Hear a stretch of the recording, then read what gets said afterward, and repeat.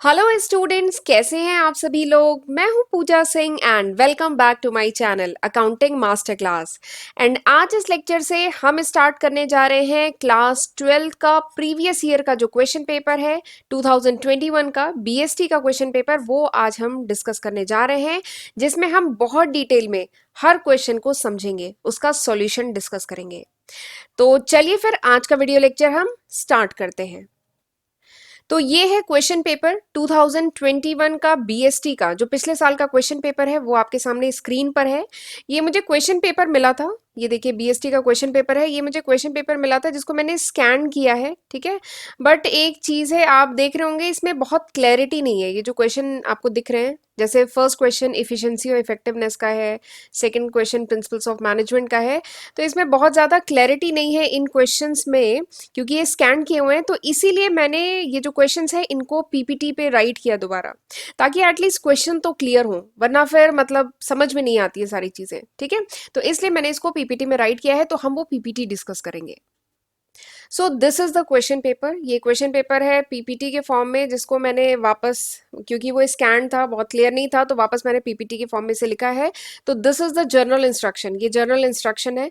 अच्छा, आप किसी भी एग्जाम में जा रहे हैं ना, चाहे वो कॉम्पिटेटिव एग्जाम हो या आपके बोर्ड के एग्जाम हो या ग्रेजुएशन या मास्टर्स के एग्जाम हो, ये जो जर्नल इंस्ट्रक्शन है ये आपको सबसे पहले ध्यान से पढ़ना चाहिए, क्योंकि इसमें सारी इंफॉर्मेशन होती है कि कोई नेगेटिव मार्किंग है कि नहीं है, कितने सेक्शन है, हर सेक्शन में कितने क्वेश्चन अटेम्प्ट करने हैं, कितने मार्क का क्वेश्चन है, तो ये सब बहुत डिटेल में होता है।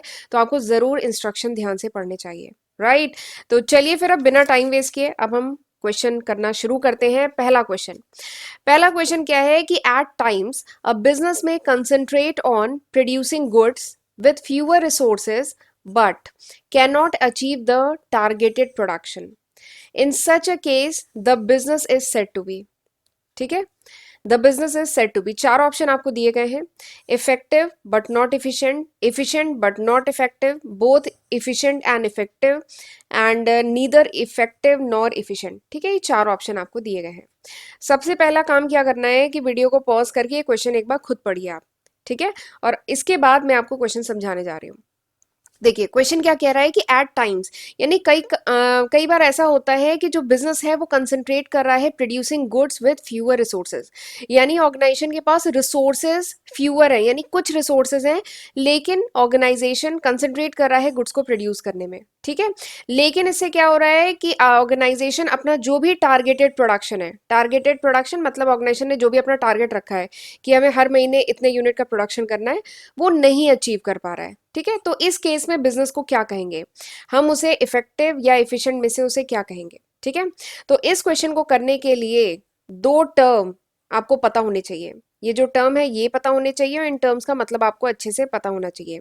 इफेक्टिव एंड इफिशिएंट, ये दोनों पता होना चाहिए, ठीक है। देखिए इफेक्टिव मतलब क्या होता है। इफेक्टिव मतलब कि जो भी गोल है, जो भी डिजायर्ड रिजल्ट है, उसको कितनी सक्सेसफुली कोई अचीव कर पा रहा है, दैट इज कॉल्ड इफेक्टिवनेस, ठीक है। जो भी काम आपको दिया गया है वो आप 100% कर पा रहे हैं कि नहीं, दैट इज इफेक्टिवनेस, ठीक है। इफेक्टिवनेस मतलब डिग्री, कितनी डिग्री से someone is successful in producing the desired result, यानी जो भी डिजायर्ड रिजल्ट है वो कोई भी कितनी सक्सेसफुली अचीव कर पा रहा है, दैट इज कॉल्ड इफेक्टिवनेस, ठीक। और इफिशिएंसी क्या होते हैं, जो इफिशिएंट या इफिशिएंसी जो कहा जाता है, तो वो आपने पढ़ा होगा फिजिक्स में, याद आ रहा है, 9th 10th क्लास में फिजिक्स में पढ़ा होगा, इंजन की इफिशिएंसी पढ़ी होगी। तो इफिशिएंसी क्या होती है, efficiency is output by input, याद आ रहा है ना। एफिशिएंसी क्या होती है, आउटपुट बाय इनपुट, यानी कम से कम इनपुट पे ज्यादा से ज्यादा आउटपुट। अगर कोई ऑर्गेनाइजेशन है जो कम से कम इनपुट पे, यानी जो रिसोर्सेज यूज कर रहे हैं वो कम से कम और आउटपुट ज्यादा से ज्यादा है, तो हम उसको कहते हैं इफिशिएंट, ठीक है। वो क्या है, इफिशिएंट है। तो यहाँ पे देखो, देखिए क्या कहा जा रहा है, यहाँ कहा जा रहा है कि जो ऑर्गेनाइजेशन है उसके पास फ्यूअर रिसोर्सेज हैं, कुछ ही रिसोर्सेज हैं, यानी उसके इनपुट कम है, but still it is producing the goods, वो फिर भी गुड्स प्रोड्यूस कर रहा है, यानी आउटपुट प्रोड्यूस कर रहा है। तो ऑर्गेनाइजेशन क्या है, इफिशिएंट है, ठीक है। लेकिन इफेक्टिव नहीं है। इफेक्टिव क्यों नहीं है, क्योंकि ऑर्गेनाइजेशन जो भी उसका टारगेट प्रोडक्शन है वो नहीं अचीव कर पा रहा है, इसलिए ऑर्गेनाइजेशन क्या है, इफिशिएंट है लेकिन इफेक्टिव नहीं है, ठीक है। तो बताइए यहाँ पे कौन सा आंसर सही होगा, ऑप्शन बी, इफिशिएंट है ऑर्गेनाइजेशन, ठीक है, कम इनपुट पे ज्यादा आउटपुट प्रोड्यूस कर रहा है, लेकिन इफेक्टिव नहीं है क्योंकि अपना टारगेट नहीं अचीव कर पा रहा है। ठीक है, तो इवन ये क्वेश्चन काफी अच्छा है। ठीक है, तो यहाँ पे option B is the correct answer.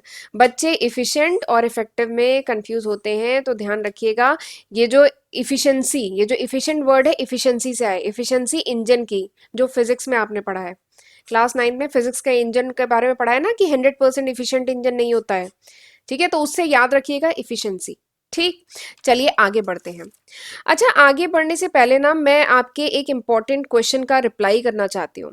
Actually student मुझसे कमेंट सेक्शन में बहुत पूछते हैं कि मैम क्लास 12 के एग्जाम की प्रिपरेशन के लिए कोई अच्छी बुक बता दीजिए। तो अगर आप सीरियसली बढ़िया से एग्जाम की तैयारी करना चाहते हैं, बोर्ड के एग्जाम में अच्छे रिजल्ट लाना चाहते हैं, तो एक बुक है ओसवाल गुरुकुल की। ठीक है, ओसो इसका नाम है गुरुकुल करके, 36 सैम्पल क्वेश्चन पेपर की ये बुक है, कॉमर्स क्लास 12 की। ठीक है, ये बुक काफ़ी अच्छी है। इवन मेरी जो ऑफलाइन जो मेरी क्लासेस चलती हैं क्लास 12 की, उसमें मैं इसी बुक से इस टाइम सैम्पल पेपर करा रही हूँ। तो ये बुक मुझे काफ़ी अच्छी लगी, तो मैंने सोचा मैं आपको भी रिकमेंड करूँ। इसमें ये सैम्पल पेपर दिए गए हैं, सैम्पल क्वेश्चन पेपर है। और एक और बात है, मुझे इस बुक की एक खास बात और ये लगी कि ये जो बुक है ना, this is one stop solution, एक one stop solution type book है। इसका मतलब क्या है कि जैसे कॉमर्स में क्लास 12 में जितने भी 7 सब्जेक्ट्स हैं, ठीक है, 7 सब्जेक्ट्स हैं, वो सातों ही सब्जेक्ट इस बुक में कवर किए गए हैं। तो इसीलिए मैं इसको वन स्टॉप सॉल्यूशन कह रही हूँ, क्योंकि एक ही बुक में आपको इन सारे ही 7 सब्जेक्ट्स के सैम्पल पेपर मिल जाएंगे। ठीक है, इसमें आपके ये सारे ही जो 7 सब्जेक्ट्स हैं वो यहाँ पे डिटेल में लिखे हैं। तो ये मुझे इसकी काफ़ी अच्छी बात लगी। प्लस ये न्यू जो सिलेबस है, जो रिवाइज सिलेबस है सीबीएसई ने जो रिलीज़ किया है, उसके अकॉर्डिंग है। प्लस इसमें जो सैम्पल पेपर हैं वो सीबीएसई के जो नॉर्म, जो सितंबर 2022 में जो सीबीएसई ने जो ब्लूप्रिंट इशू किए थे, ये सैम्पल पेपर उसी के अकॉर्डिंग है। तो ये काफ़ी अच्छी बुक है जिसमें आपको सॉल्व सैम्पल पेपर मिल जाएंगे। ठीक है, और इसमें काफ़ी टिप्स एंड ट्रिक्स भी बताई गई है कि एग्जाम में क्वेश्चन किस तरीके से अटेम्प्ट करना चाहिए कम से कम समय में। तो ये बुक आप अगर खरीदना चाहते हैं तो आप खरीद सकते हैं, मैं इस बुक को रिकमेंड करती हूँ। मुझे ये बुक काफ़ी अच्छी लगी। इवन मैं भी अपने क्लास 12 के बच्चों को ऑफलाइन जो पढ़ा रही हूँ वो इसी बुक से पढ़ा रही हूँ, सैम्पल पेपर करा रही हूँ इस टाइम। तो आप देख सकते हैं, और ये बुक आपको अपनी कोई भी नियर बाई शॉप पे मिल जाएगी, और ऑनलाइन भी वैसे ही आपको मिल जाएगी। उसका लिंक मैं डिस्क्रिप्शन में दे दूंगी, तो अगर आप इसको ऑनलाइन बाय करना चाहते हैं तो वहां से लिंक से बाय कर सकते हैं। तो सैम्पल पेपर लगाना, प्रीवियस ईयर के क्वेश्चन पेपर लगाना, ये बहुत इंपॉर्टेंट होता है किसी भी एग्जाम के लिए। तो ये एक अच्छी बुक है जहाँ पे आपको पूरे सैम्पल पेपर मिल जाएंगे, आपके कॉमर्स के पूरे सातों सब्जेक्ट के सैम्पल पेपर। तो आप एक बार इस बुक को देख सकते हैं, राइट। चलिए आगे बढ़ते हैं, अगले क्वेश्चन पे चलते हैं। अगला क्वेश्चन क्या है? The process that initiates implementation of plan by clarifying job, working relationship and effectively deploying resources for attainment of identified and desired result is called। Question क्या है? क्वेश्चन कह रहा है कि उस प्रोसेस को क्या कहेंगे। ठीक है, एक बार तो वीडियो को पॉज करके खुद क्वेश्चन पढ़िए।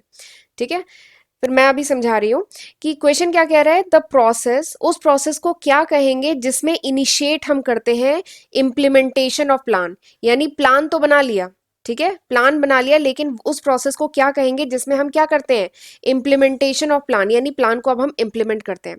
कैसे इम्प्लीमेंट करते हैं? बाई क्लैरिफाइंग द जॉब, जो भी टास्क है, जो भी जॉब है, उसको हम क्लैरिफाई करते हैं, उसको डिफाइन करते हैं। वर्किंग रिलेशनशिप, यानी डिफरेंट टास्क के बीच में क्या रिलेशनशिप हो है उसको डिफाइन करते हैं। रिसोर्सेज डिप्लॉय करते हैं, देखिए कोई भी काम को करने के लिए रिसोर्सेज लगाने पड़ेंगे ना, तो रिसोर्सेज डिप्लॉय करते हैं ताकि जो भी डिजायर्ड रिजल्ट है, जो भी आइडेंटिफाइड रिजल्ट है, वो अचीव हो सके। तो ऐसे प्रोसेस को क्या कहा जाता है? 4 ऑप्शन आपको दिए गए हैं। कोऑर्डिनेशन कहा जाता है, मैनेजमेंट कहा जाता है, डेलीगेशन कहा जाता है, या ऑर्गेनाइजिंग कहा जाता है। ठीक है, तो ये 4 ऑप्शन दिए गए हैं। तो वैसे क्वेश्चन काफी इजी है। अच्छा, एक बात और है, क्लास 12 की अगर मैं बात करूँ ना, क्लास 12 का complete BST, complete accountancy, complete economics मेरे चैनल अकाउंटिंग मास्टर क्लास पे अवेलेबल है। पूरा सिलेबस मैंने बहुत डिटेल में पढ़ाया हुआ है। तो ये सब टॉपिक जो मैं जिस पे आपको प्रीवियस ईयर के क्वेश्चन सॉल्व करा रही हूँ ना, ये सब टॉपिक सारे मैं करा चुकी हूँ बहुत डिटेल में।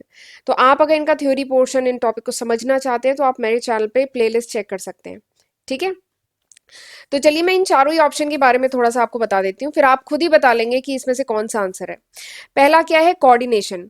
कोऑर्डिनेशन क्या होता है? तो कोऑर्डिनेशन एक मैनेजमेंट फंक्शन है। ठीक है, नाम से ही समझ में आ रहा है कोऑर्डिनेशन, यानी डिफरेंट डिपार्टमेंट के बीच में कोऑर्डिनेशन की बात हो रही है।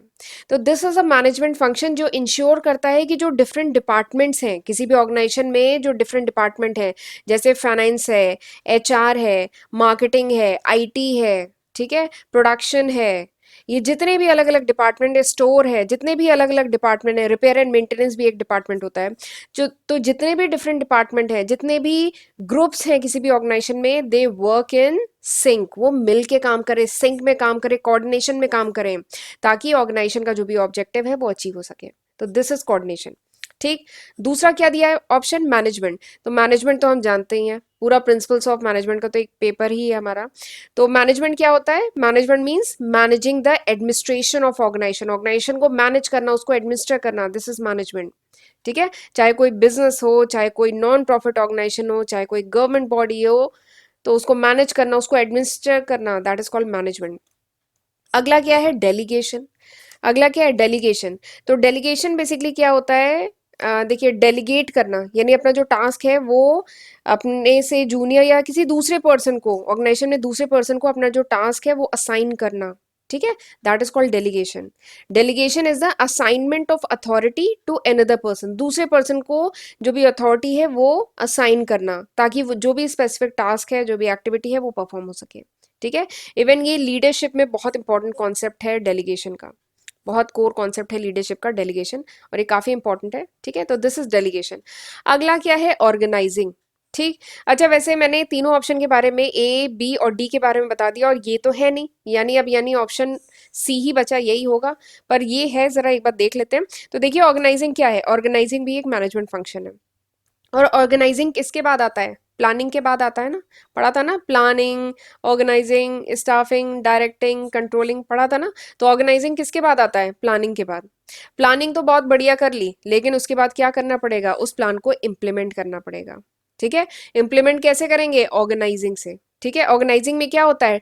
टास्क असाइन किया जाता है, टास्क को ग्रुप किया जाता है डिपार्टमेंट में। ठीक है, अथॉरिटी, रिस्पॉन्सिबिलिटी असाइन की जाती है, ताकि जो भी गोल है ऑर्गेनाइजेशन का वो अचीव हो सके। ठीक। तो अब मेरे ख्याल से आंसर आपको समझ में आ गया है, option C is the correct answer. ठीक। चलिए आगे बढ़ते हैं अगले कॉन्सेप्ट पे, अगले क्वेश्चन पे। अगला क्वेश्चन क्या है? विच मार्केटिंग मैनेजमेंट फिलोसफी, यानी कौन सी मार्केटिंग मैनेजमेंट फिलोसफी है जो इस बात पे एम्फेसिस करती है on bringing the continuous improvement in the quality of product.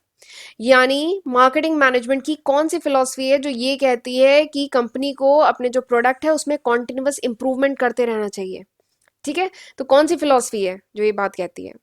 तो इस क्वेश्चन को करने से पहले मैं आपको बताना चाहती हूँ कि मार्केटिंग मैनेजमेंट पे सेपरेट प्लेलिस्ट है मेरे चैनल पे, जिसमें मैंने बहुत डिटेल में ये मार्केटिंग मैनेजमेंट पूरा पढ़ाया हुआ है।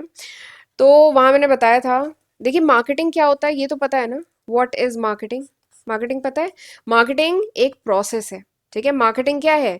अच्छा, मार्केटिंग ये मत समझ लीजिएगा, काफी बार होता है ऐसा कि मैं क्लास में पूछती हूँ मार्केटिंग क्या है, तो मार्केटिंग बच्चे बताते हैं selling the product is marketing, यानी प्रोडक्ट को बेचना मार्केटिंग है। तो एक बात बता दूं, selling is just a small portion of marketing. Selling क्या है? अगर ये मार्केटिंग है तो सेलिंग इसका जस्ट एक सबसेट है। सेलिंग सेलिंग एक छोटा सा पार्ट है मार्केटिंग का। मार्केटिंग बेसिकली क्या है? Marketing is a complete process. Marketing एक पूरा एक प्रोसेस है ऑफ क्रिएटिंग। मार्केटिंग में क्या किया जाता है? क्रिएट किया जाता है, कम्युनिकेट किया जाता है एंड डिलीवर किया जाता है वो product which satisfy the need of the customer. ठीक है, मार्केटिंग में प्रोडक्ट को क्रिएट किया जाता है, कम्युनिकेट किया जाता है एंड डिलीवर किया जाता है वो प्रोडक्ट या services to the customer which is required by customer, जो कस्टमर को चाहिए, which satisfy the need and want of the customer, जो कस्टमर की नीड और वांट को सेटिस्फाई करे। ठीक है, तो ये तो मार्केटिंग आपको समझ में आ गया। फिर मार्केटिंग की अलग अलग फिलोसफीज थी। कितनी फिलोसफी थी? याद है कितनी फिलोसफी थी? 5 फिलोसफीज थी मार्केटिंग की। कौन कौन सी? एक था प्रोडक्शन कॉन्सेप्ट, एक था प्रोडक्ट कॉन्सेप्ट, एक था मार्केटिंग कॉन्सेप्ट, और एक था सेलिंग कॉन्सेप्ट। ये इसमें ऑप्शन में दिया नहीं है। ठीक है, एक था सेलिंग कॉन्सेप्ट और एक था सोसाइटल मार्केटिंग कॉन्सेप्ट। तो 5 फिलोसफीज थी मार्केटिंग की। ठीक है, जिसमें 4 ये ऑप्शन में आपको दी गई है। तो आपको बताना है कौन सी फिलोसफी ये कहती है कि कॉन्टिन्यूअस इंप्रूवमेंट होना चाहिए प्रोडक्ट में। ठीक है, तो मैं आपको इन चारों ही ऑप्शन के बारे में बता देती हूँ, फिर आप ही बता दीजिएगा कौन सा आंसर है।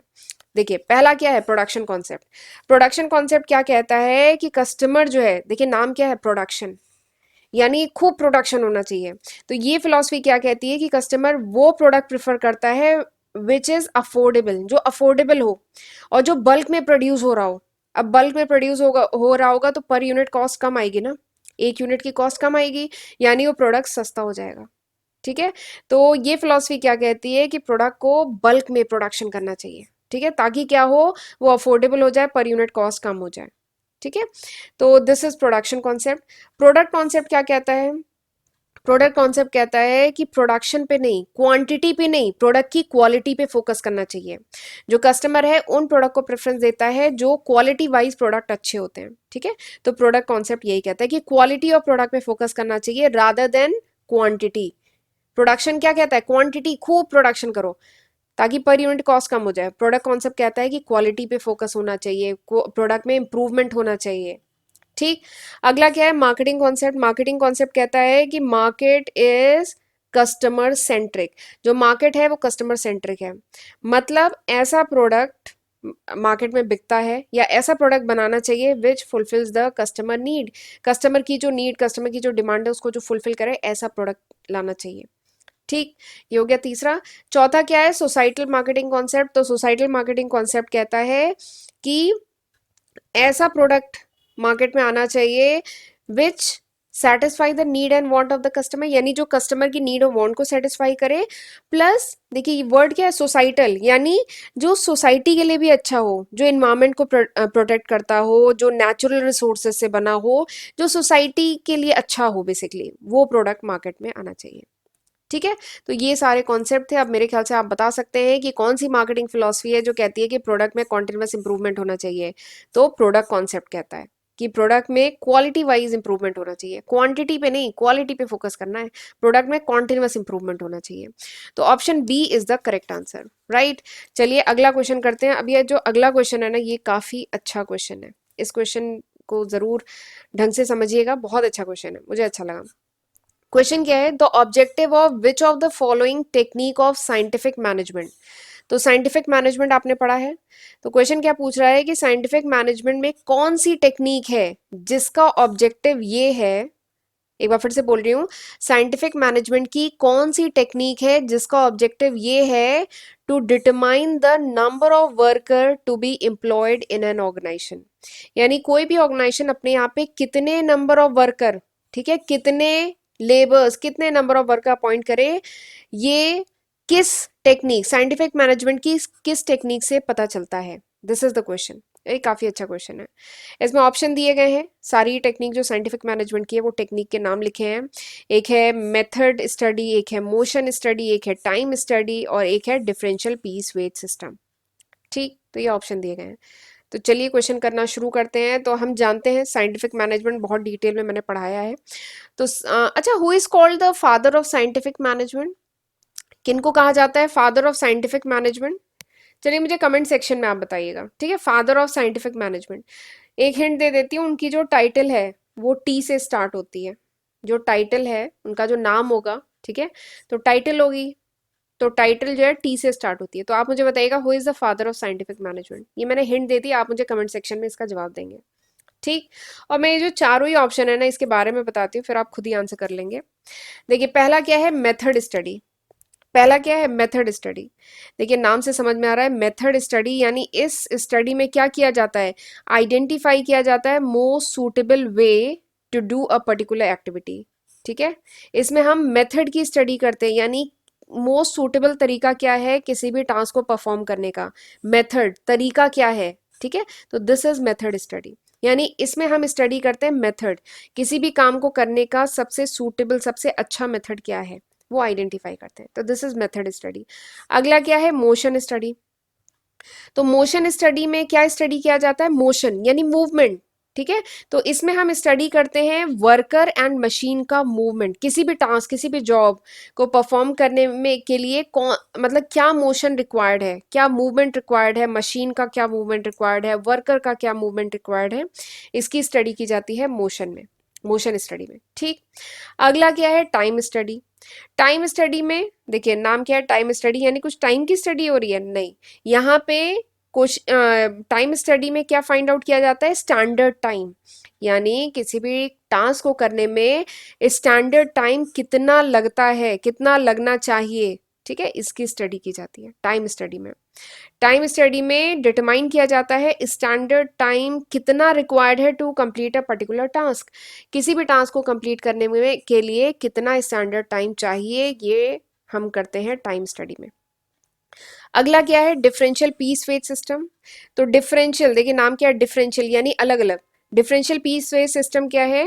ये बेसिकली एम्प्लॉय को मोटिवेट करने के लिए, ठीक है, ये कहा गया साइंटिफिक मैनेजमेंट थ्योरी में, फिलॉसफी में ये बात कही गई कि एम्प्लॉय को मोटिवेट करने के लिए जो वेजेस दी जाए एम्प्लॉय को, वो टाइम के बेसिस पे ना दी जाए। वो किस बेसिस पे दी जाए? On the basis of work done.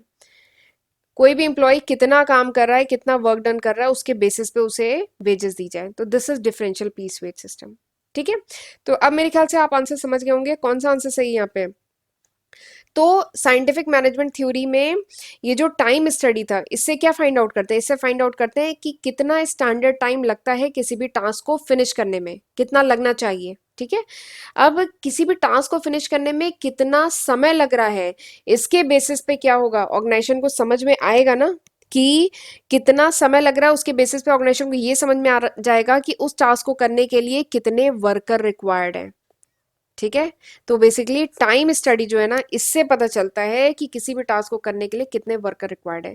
क्योंकि एक वर्कर को अगर कोई पर्टिकुलर टास्क करने में 4 घंटे लग रहे हैं, ठीक है, एक वर्कर को टास्क फिनिश करने में 4 घंटे लग रहे हैं, तो फिर ऑर्गेनाइजेशन डिसाइड कर सकती है कि अगर ऐसे ही टास्क अगर कितने हैं, तो यानी हमें कितने वर्कर अपॉइंट करने होंगे, ठीक है।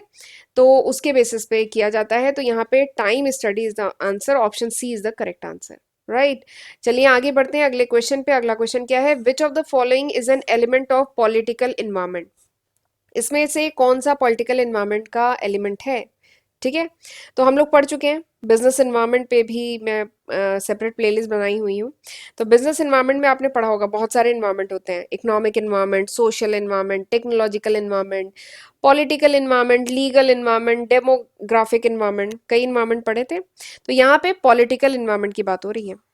तो पूछा गया है कि कौन सा एलिमेंट है जो पॉलिटिकल इन्वायरमेंट का एलिमेंट इसमें से कौन सा है, ठीक है। तो हम जानते हैं, देखिए पॉलिटिकल इन्वायरमेंट क्या होता है? पॉलिटिकल इन्वायरमेंट मतलब पॉलिटिकल कंडीशन, किसी भी इकोनॉमी की पॉलिटिकल कंडीशन, जैसे वहां पे गवर्नमेंट की स्टेबिलिटी कितनी है, उस कंट्री में शांति पीस कितना है, गवर्नमेंट जो भी इलेक्टेड गवर्नमेंट है उसका क्या एटीट्यूड है टुवर्ड द बिजनेस, ठीक है, गवर्नमेंट का क्या एटीट्यूड है टुवर्ड द बिजनेस, ठीक है। तो this is the part of political environment, ये सब पॉलिटिकल इन्वायरमेंट का पार्ट है। अगर किसी भी कंट्री में पॉलिटिकल इन्वायरमेंट स्टेबल है, पॉलिटिकल इन्वायरमेंट स्टेबल है, तो क्या होता है, वहां पे बाहर की कंट्रीज भी इन्वेस्टमेंट करने का सोचती हैं, ठीक है। और वहां पे बिजनेस नो डाउट फ्लरिश करेगा अगर पॉलिटिकल इन्वायरमेंट सपोर्टिव है बिजनेस के लिए, ठीक है। तो अब आपको क्या करना है, आप चारों ऑप्शन पढ़िए और बताइए इसमें से कौन सा एलिमेंट है पॉलिटिकल इन्वायरमेंट का। तो देखिए पहला ऑप्शन क्या है? Existing structure of economy in the term of relative role of public and private sector.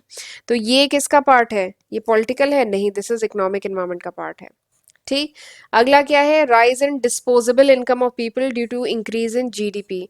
तो ये भी इकोनॉमिक इन्वायरमेंट का पार्ट है, ठीक है। अगला क्या है? Legislation pass by the government authority. कोई भी अगर लेजिस्लेशन पास करता है गवर्नमेंट अथॉरिटी, ठीक है, तो ये भी किसका, पॉलिटिकल इन्वायरमेंट का तो पार्ट नहीं है। अगला क्या है? Attitude of the elected government representative toward business, यानी गवर्नमेंट का क्या एटीट्यूड है टुवर्ड द बिजनेस। तो this is part of political environment. Political environment यही तो है कि किसी भी कंट्री में जो गवर्नमेंट है, जो इलेक्टेड गवर्नमेंट है, वो कितना बिजनेस को सपोर्ट कर रही है, उसका क्या एटीट्यूड है बिजनेस की तरफ, ठीक है। तो यहाँ पे क्या होगा? Option D is the correct answer, ठीक है। तो ये था सारे क्वेश्चन। अब हम लोग बाकी जो क्वेश्चन है वो अगले लेक्चर में डिस्कस करेंगे, तब तक ये इतना पढ़ के रखिएगा।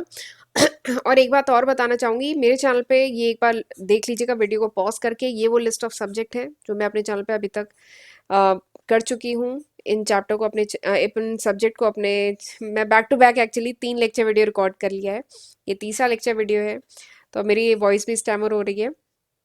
तो ये वो लिस्ट ऑफ सब्जेक्ट हैं जो मैं आज की तारीख तक अपने चैनल पे अपलोड कर चुकी हूँ, तो आप एक बार देख लीजिएगा। और अगर मेरे नोट्स चाहिए, मेरे चैनल पे जो अपलोडेड वीडियोस हैं नोट्स चाहिए, then you can download my application. और प्लीज़ हमें सपोर्ट करने के लिए, चैनल को सपोर्ट करने के लिए वीडियो को शेयर ज़रूर किया करिए, कमेंट सेक्शन में मुझे बताते रहा करिए कि हाउ वॉज दिस लेक्चर, और वीडियो को लाइक करना मत भूलिएगा।